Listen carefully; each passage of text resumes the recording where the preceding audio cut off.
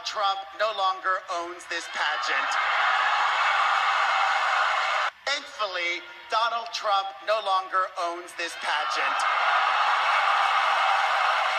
Thankfully, Donald Trump no longer owns this pageant. Thankfully, Donald Trump no longer owns this pageant. Well, folks, you get the idea. Thankfully, Donald Trump no longer owns the Miss Universe pageant. He sold it after he ran for, or decided he would run for president, and then made some ridiculous remarks regarding Mexicans and other minorities in the United States and from the United States perspective. So, as part of a tiff with NBC, he sold his Miss Universe pageant. Now, from a larger perspective, who wins? Well, I don't think Miss Universe would have lost ratings at all had Donald Trump still owned the pageant.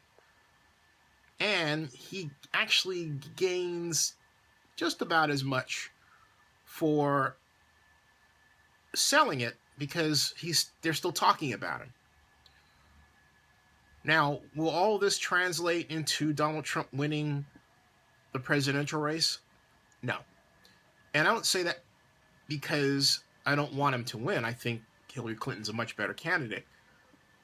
But I say that because Donald Trump has succeeded in doing one thing, which is really damaging the Trump brand with respect to how we regarded Trump as someone who is much higher than his comments would reveal him to be. He is unquestionably destroying the Republican Party.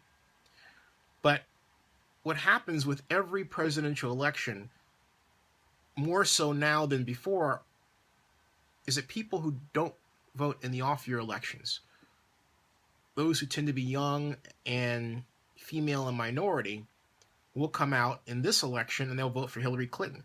And Hillary Clinton will win in a landslide. Now, there may be one way Donald Trump can win, but I'll save that for another video. But right now, let's enjoy Miss Universe.